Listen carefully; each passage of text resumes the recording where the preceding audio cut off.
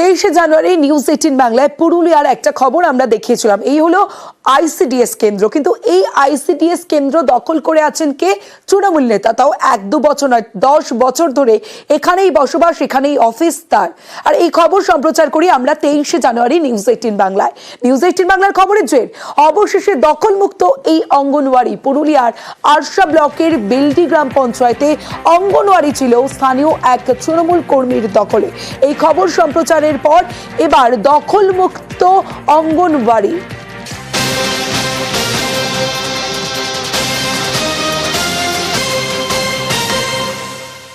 আমার সঙ্গে আমার প্রতিনিধি ইন্দ্রজিৎ রয়েছে, সরাসরি চলে যাব।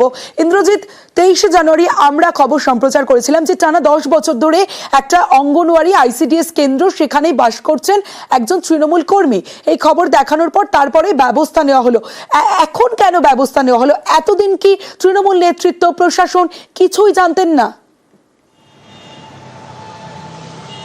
দেখো, অবশ্যই আমরা দেখেছি পুরুলিয়ার ক্ষেত্রে বা বিভিন্ন জায়গার ক্ষেত্রে নিউজ 18 বাংলা খবর করার পরেই প্রশাসনের নজর আসে এবং তারপরেই তার সমাধান হয়। এক্ষেত্রেও নতুন নয়, একেবারে তাই হয়েছে।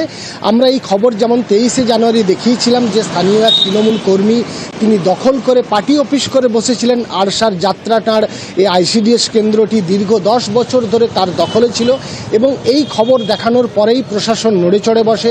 আরশার ভিডিও তিনি ডেকে পাঠান সেই তৃণমূল কর্মীকে এবং তার কাছ থেকে চাবি নিয়ে গতকাল সেই চাবি দিয়ে দেওয়া হয় অঙ্গনবাড়ি কেন্দ্রের বা আইসিডিএস কেন্দ্রের কর্মীদের এবং সিডিপিও ছিলেন সেখানে। এবং আজ থেকে সেই কেন্দ্রতে একেবারেই আইসিডিএস কেন্দ্র শুরু হয়ে গেছে। সকালে আমরা দেখছিলাম যে রান্না বান্না হচ্ছে এবং আইসিডিএস কর্মীরা দীর্ঘদিন ধরে একটি স্কুলের পরিত্যক্ত বাড়ি বা একটি পুরনো বাড়িতে রান্নাবান্না করছিল জীবনের ঝুঁকি নিয়ে। তারা বেজায় খুশি যে তারা দীর্ঘদিন ধরে যে বাড়িটি, যে অঙ্গনবাড়ি কেন্দ্রটি তৈরি হয়েছিল, আইসিডিএস কেন্দ্রটি আরশা ব্লকের সরকারি টাকায় তৈরি হয়েছিল, সেটি আজ থেকে শুরু হলো। তবে একটা প্রশ্ন অবশ্যই, যে এতদিন ধরে যে দখল করেছিল কেন প্রশাসনের নজর আসেনি, কেন প্রশাসন ব্যবস্থা নেয়নি, সেই নিয়ে প্রশ্ন। তবে অবশেষে নিউজ 18 বাংলা খবর দেখানোর পর এই আইসিডিএস কেন্দ্রটি চালু হয়েছে। স্থানীয় বাসিন্দা যারা রয়েছে তারা বেজায় খুশি এবং যে তৃণমূল কর্মী যিনি দখল করেছিলেন তিনি জানিয়েছেন যে তিনি আদালতে যাবেন। সে যেখানেই যাক তিনি আদালতে যেতেই পারেন।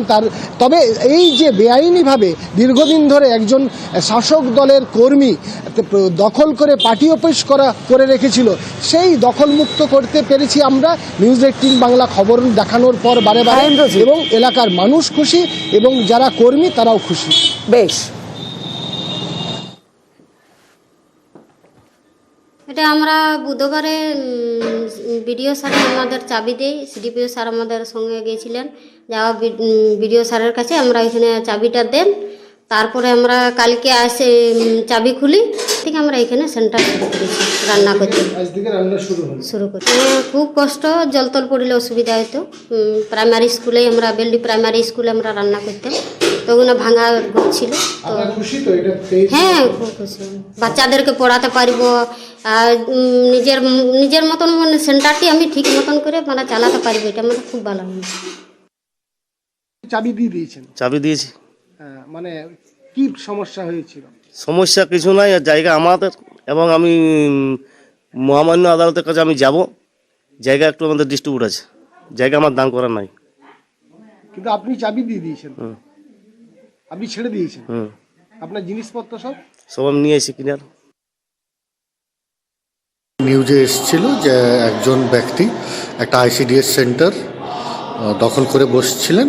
তারপরে এটা সংজ্ঞানে নিয়ে আমরা ব্যক্তির সাথে বসেছিলাম এবং ওনার কাছ থেকে যথাসম্ভব আমরা চাবি নিয়ে নিয়েছি এবং চাবি আমরা সিডিপিওকে হ্যান্ড ওভার করেও দিয়েছি। জায়গাটা এখন দখলমুক্ত হয়ে গেছে এবং আমরা সিডিপিওকে দিয়ে দিয়েছি। এবং ওটা ওনার একটু ব্যক্তি স্বার্থর জন্যে উনি ঠিকাদারের সাথে কিছু ঝামেলা বলছিলেন, কিন্তু আমরা ওনাকে ডেকে প্রশাসন তরফ থেকে ক্লিয়ারলি ইনস্ট্রাকশন দিয়ে দেওয়া হয়েছিল যে দেখুন ঠিকাদারের কি সমস্যা আছে না আছে, তার জন্য আপনি সরকারি সম্পত্তিভাবে করতে পারেন না, এবং ওনাকে বুঝিয়ে আমরা চাবি ওনার কাছ থেকে নিয়েও নিই।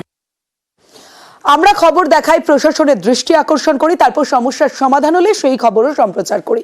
যেমন 23শে জানুয়ারি পুরুলিয়ার এই খবর, আজ খবরের জেরে আমরা দেখলাম তৎপরতা প্রশাসনের।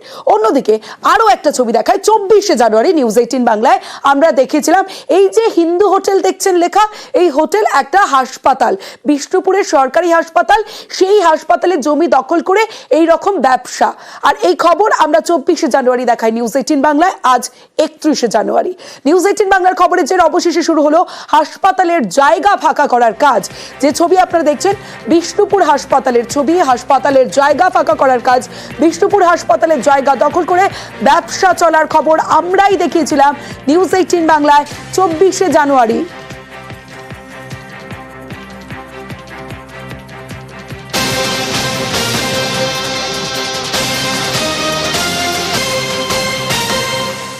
সরাসরি চলে যাব, আমার সঙ্গে আমার প্রতিনিধি দেবব্রত রয়েছে, দেবব্রতর সঙ্গে কথা বলবো। দেবব্রত, একটা বিষয় একটু জানতে চাইবো, 24শে জানুয়ারি আমরা খবর দেখালাম, 31শে জানুয়ারির মধ্যে সমস্যা সমাধান হয়ে গেল, কিন্তু এই যে সরকারি হাসপাতালের জমিতে এতদিন ধরে ব্যবসা করছিল, কারণ নজরে পড়লো না?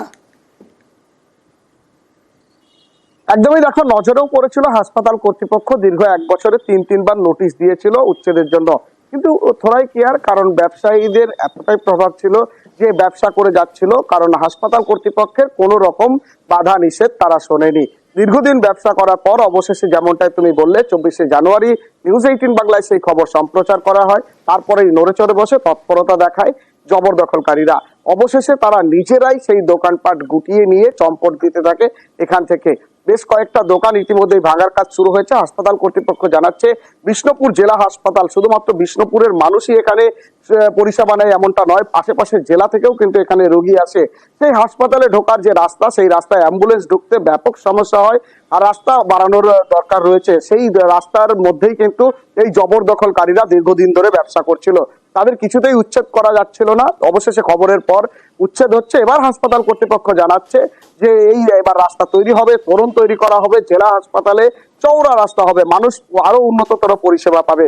এবার যে জবরদখলকারীরা তারা জানাচ্ছে, তারা 50 থেকে 55 বছর এখানে বসবাস করছে, এখানে ব্যবসা করছে। অবশ্য তারা সরকারি সাহায্যের আবেদন জানিয়েছিলেন এবং তারা পুনর্বাসনের দাবি জানিয়েছিলেন। এই বিষয়ে আমরা পৌরসভার সঙ্গে কথা বলেছিলাম, পৌরসভা আশ্বাস দিয়েছে যে কারো ব্যবসা নষ্ট করতে চায় না এই সরকার, সকলের পাশে আছে, মানুষের পাশে আছে। তাদেরও জবরদখল, যেহেতু তারা উচ্ছেদ নিজেরাই সরে গেছে, সেই কারণে তাদের পুনর্বাসন দেওয়ার কথাও ভাবছে পুরসভা।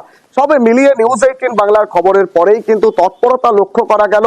অবশেষে হাসপাতালের যে জায়গা, সেই জায়গা কিন্তু পরিষ্কার হলো। এবার মানুষ উন্নত পরিষেবাও পাবে এবং রাস্তা চওড়া হবে। হাসপাতালে ঢোকার আগে তোরণ তৈরি করা হবে, এমনটাও কিন্তু জানাচ্ছে হাসপাতাল কর্তৃপক্ষ। অতি শীঘ্রই সেই কাজ শুরু হবে। তমশ্রী, বেশ, হাসপাতাল কর্তৃপক্ষ আমাদেরকে নোটিশ করেছিল, সেই অনুযায়ী ওনাদের মাথায় রেখে আমি হোটেল ভেঙে দিলাম। প্রশাসন আমাদের পাশে আছে, পৌরসভা আমাদের পাশে আছে, আমাদেরকে আশ্বাস দিয়েছে যে কোনো জায়গায় আমার ব্যবস্থা করে দিই পুনর্বাসন। আজকে কি ভাঙার কাজ চলছে না? হ্যাঁ, ভাঙার কাজ চলছে। তো ওনাদেরই আমি ধন্যবাদ জানাবো যে ওনাদের আমরা বোঝাতে পেরেছি যে ওনারা যে জায়গাটা দখল করে রেখেছিলেন সেই জায়গাটা হচ্ছে আর বৃহত্তর স্বার্থে কাজে লাগবে, সেই স্বার্থের মধ্যে ওনারাও আছে।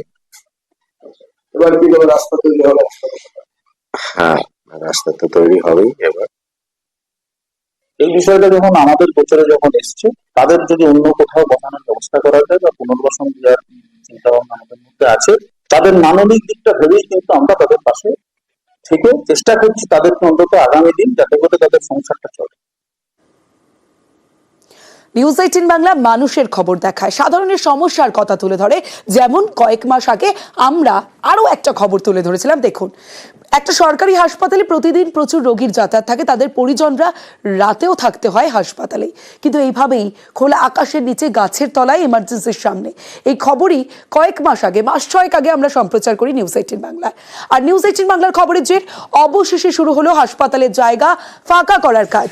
আর এই যে ছবি আপনারা দেখছেন, বেশ কয়েক মাস আগে পশ্চিম মেদিনীপুর জেলা সুপার স্পেশালিটি হাসপাতালে এই খবর দেখাই আমরা। আর এবার সেখানে শেড তৈরি করা হচ্ছে, বিধায়কের তহবিল থেকে শেড তৈরি হচ্ছে। সরাসরি চলে যাব, দিগ্বিজয় মাহালি রয়েছে আমার সঙ্গে, দিগ্বিজয়ের সঙ্গে কথা বলবো। দিগ্বিজয়, আমরা সাধারণের সমস্যার কথা তুলে ধরি, প্রশাসনের দৃষ্টি আকর্ষণ করি এবং সমস্যার সমাধান হলে সেই খবর সম্প্রচার করতে আমাদেরও ভালো লাগে, যেমনটা এই মেদিনীপুরের হাসপাতালের ছবিটা আমরা তুলে ধরেছিলাম। অবশেষে সমস্যার সমাধান হতে চলেছে। দিগ্বিজয়।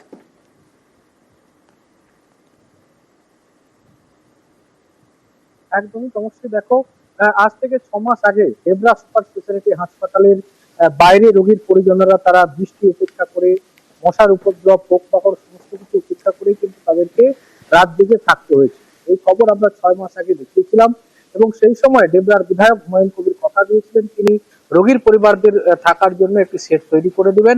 অবশেষে কিন্তু প্রায় 6 মাস পরে সেই কাজের সূচনা হলো।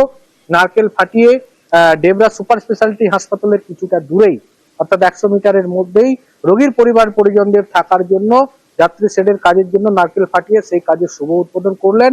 কয়েকদিনের মধ্যেই সেই যাত্রী শেড তৈরি হলে যারা রোগীর পরিবার, ডেবরা সুপার স্পেশালিটি অত্যন্ত নামকরা এবং ঝাঁচকচকে হাসপাতাল, সেখানে ডেবরা ছাড়াও সবং, পিংলা, খড়গপুর 2 নম্বর ব্লক, পাঁশকুড়ার প্রচুর মানুষ চিকিৎসার জন্য আসে।